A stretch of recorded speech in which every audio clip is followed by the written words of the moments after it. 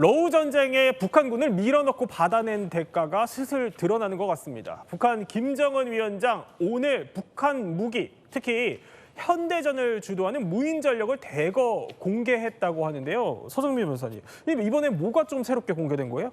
네, 자폭형 무인 공격기가 공개가 됐습니다. 네, 크게 두 가지 종류가 확인이 되는데 하나는 날개가 이제 가오리 모양인 형태입니다. 이 형태는 이스라엘제 자폭형 무인 공격기인 하롭과 유사하게 생겼고요. 또 하나는 십자형 날개 모양을 가진 무인기입니다. 이건 이스라엘의 히어로 30이라는 그 무인기와 상당히 유사하게 생겼습니다. 이렇게 금성이라는 이름을 달고 전술 무인기 공격기가 등장한 것은 처음이라고 하고 있습니다. 그렇군요. 그리고 이 두 종류의 자폭형 무인 공격기가 목표물을 타격해서 폭발하는 그런 모습이 공개가 됐는데요. 사실 이것 말고도 이제 고도 무인 정찰기, 이 샛별 4형까지도 대놓고 공개를 했다고 합니다. 이건 네, 그렇습니다. 이건 미국 글로벌 호크를 따라한 그런 정찰기인데 이런 무인기 발전 속도가 상당히 무섭다라는 그런 평가들도 나오고 있는 상황입니다. 아니 그런데 생각해보면 이남희 기자, 네. 그러니까 이전에 북한에서 그러니까 무인기 뭐 자랑스럽게 공개를 해도 저렇게 왼쪽에 보는 것처럼 다 모자이크 처리했는데 이번에 싹 그대로 공개했네요. 8월, 3월, 또 지난해 8월도 11월 그리고 지난 3월까지 공개가 됐는데요. 두 개 저희가 한번 비교를 해드릴게요. 특징이 있는데 일단은 지난번까지는요. 뭔가 드론을 계속 모자이크를 했어요. 뭔가 실체를 밝히지 않았어요. 근데 이번에는 정말 모자이크도 없이 또렷합니다. 그러니까 다 전문가들이 이렇게 분석을 해요. 아, 북한에서 자체 드론 개발 기술을 과시하기 위한 목적으로 오늘은 가리지도 않고 명확하게 공개했다. 또 하나 특징이 있어요. 색깔이 어떻게 다르죠? 뭐 지난번까지 공개된 걸 보면 짙어졌어요. 흰색이에요.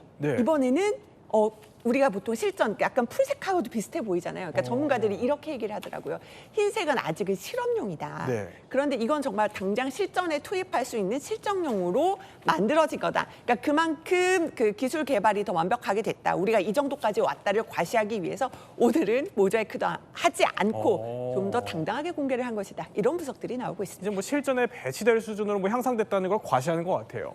자, 북한 군인들이 그러니까 러우 전쟁 전장에서 드론에 처참히 당했기 때문에 역으로 김정은 위원장이 저렇게 드론 개발에 목을 메고 있는 건데요. 자, 영상 하나 보여드리겠습니다. 자, 보면은요, 이게 러시아 드론이 우크라이나 건물을 타격하는 겁니다. 이 소리만 들어도 굉장히 엄청난데. 자, 전예현 평론가님. 현대전은 드론 전쟁이라고 해도 사실 과언이 아니에요. 그렇습니다. 특히 최근 러시아 우크라이나 전쟁에서 드러난 드론의 위력이 전 세계를 깜짝 놀라게 한다고 해도 과언이 아닌데요. 특히 우크라이나에서 지난해 공개돼 실전 배치된 드래곤 드론은 이름 그대로 마치 하늘을 나는 용이 불꽃을 뿜는 것 같은 모습 지금 보고 계십니다. 자세히 보시면 수비로 뭔가 불꽃 같은 게 뿌려지는데 이건 그냥 불꽃이 아니라요. 무려 2,200도에 달하는 초고온의 쇳물입니다. 그러니까 말 그대로 날아가면서 가는 곳마다 저렇게 펄펄 끓고 있는 쇳물을 뿌려지는데요. 그러면 수비로 불덩이가 저렇게 날아가게 되고 보시면 화염이 일고 웬만한 건물도 다 녹는다라는 표현이 나올 정도입니다. 알루미늄과 산화철이 혼합된 특수 금속을요 트론에 싣고 가서 공중에 뿌리기 때문에 나무뿐만 아니라 대부분의 물질은 다 타버린다고 해도 과언이 아니라고 합니다. 특히 우크라이나는요 지금 우크라이나 러시아 전쟁에서 드론을 게임 체인저가 될 수 있다 이런 전망이 나오는데요. 왜냐하면 이게 소위 가성비가 굉장히 높다라고 하고요. 굉장히 은밀하게 가서 기습 공격을 하는 데 있어서 유리한 것으로 알려지고 있습니다.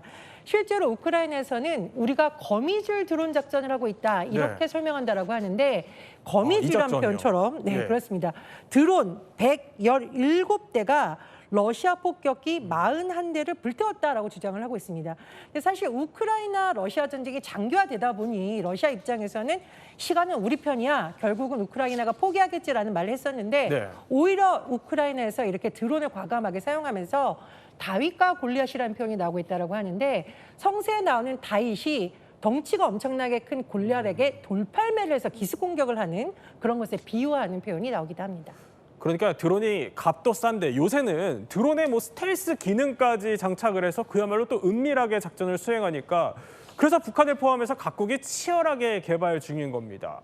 그렇다 보니까 아니 드론을 잡는 저비용 방어망까지 등장을 했어요. 네, 그렇습니다. 이스라엘 방공 무기인 아이언 빔이 바로 그 방공 무기입니다.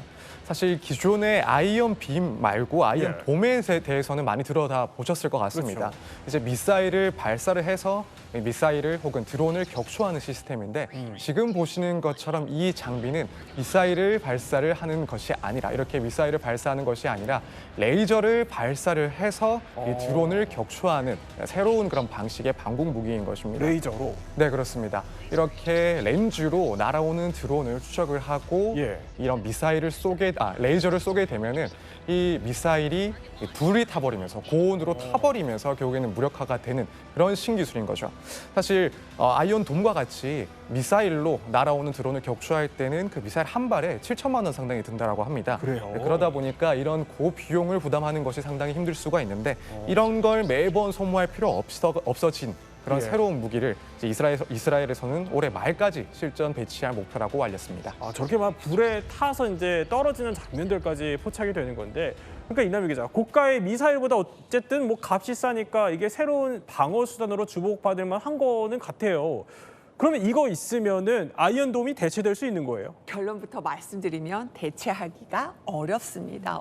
왜냐하면 방어할 수 있는 거리가 다르거든요. 예. 이제 아이언돔 같은 경우는 최대 40km까지 보면은 떨어진 멀리 있는 로켓 위협에 대응해서 미사일로 요격을 해요.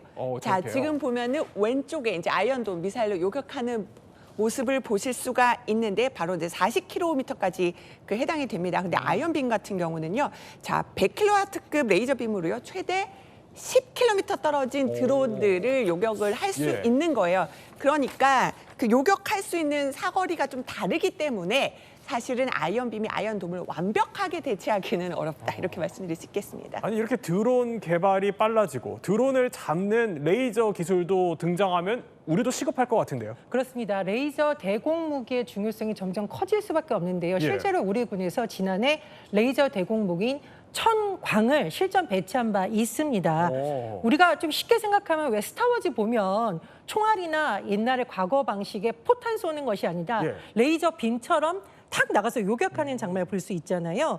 말 그대로 고출력 빛이나 전자기파를 사용을 합니다. 그리고요, 장점이 있는데요. 기존 미사일 기반의 방공 체계보다 발사당 비용이 매우 적기 때문에 말 그대로 가성비가 좋다라는 평가가 나오고 있습니다. 그렇군요. 그리고 우리나라는 지금 사실 북한에서 이렇게 드론에 열중하는 것에 대해서 예. 방어할 필요가 있기 때문에 굉장히 개발이 시급한데 실제로 개발을 열심히 하는 것으로 알려져 있습니다. 다만 관련 분야에 있어서 우리나라가 전 세계를 뭐 선도하거나 이럴 수준은 아니기 때문에 관련 분야의 예산 지원이 시급하고 또 전문가 양성도 필요하다는 주장이 계속되고 있습니다. 네, 청광까지 살펴봤는데 뭐 드론에 또 드론을 잡는 레이저까지 현대전 판도가 슬슬 바뀌는데 우리도 잘 준비해야 할 것 같습니다.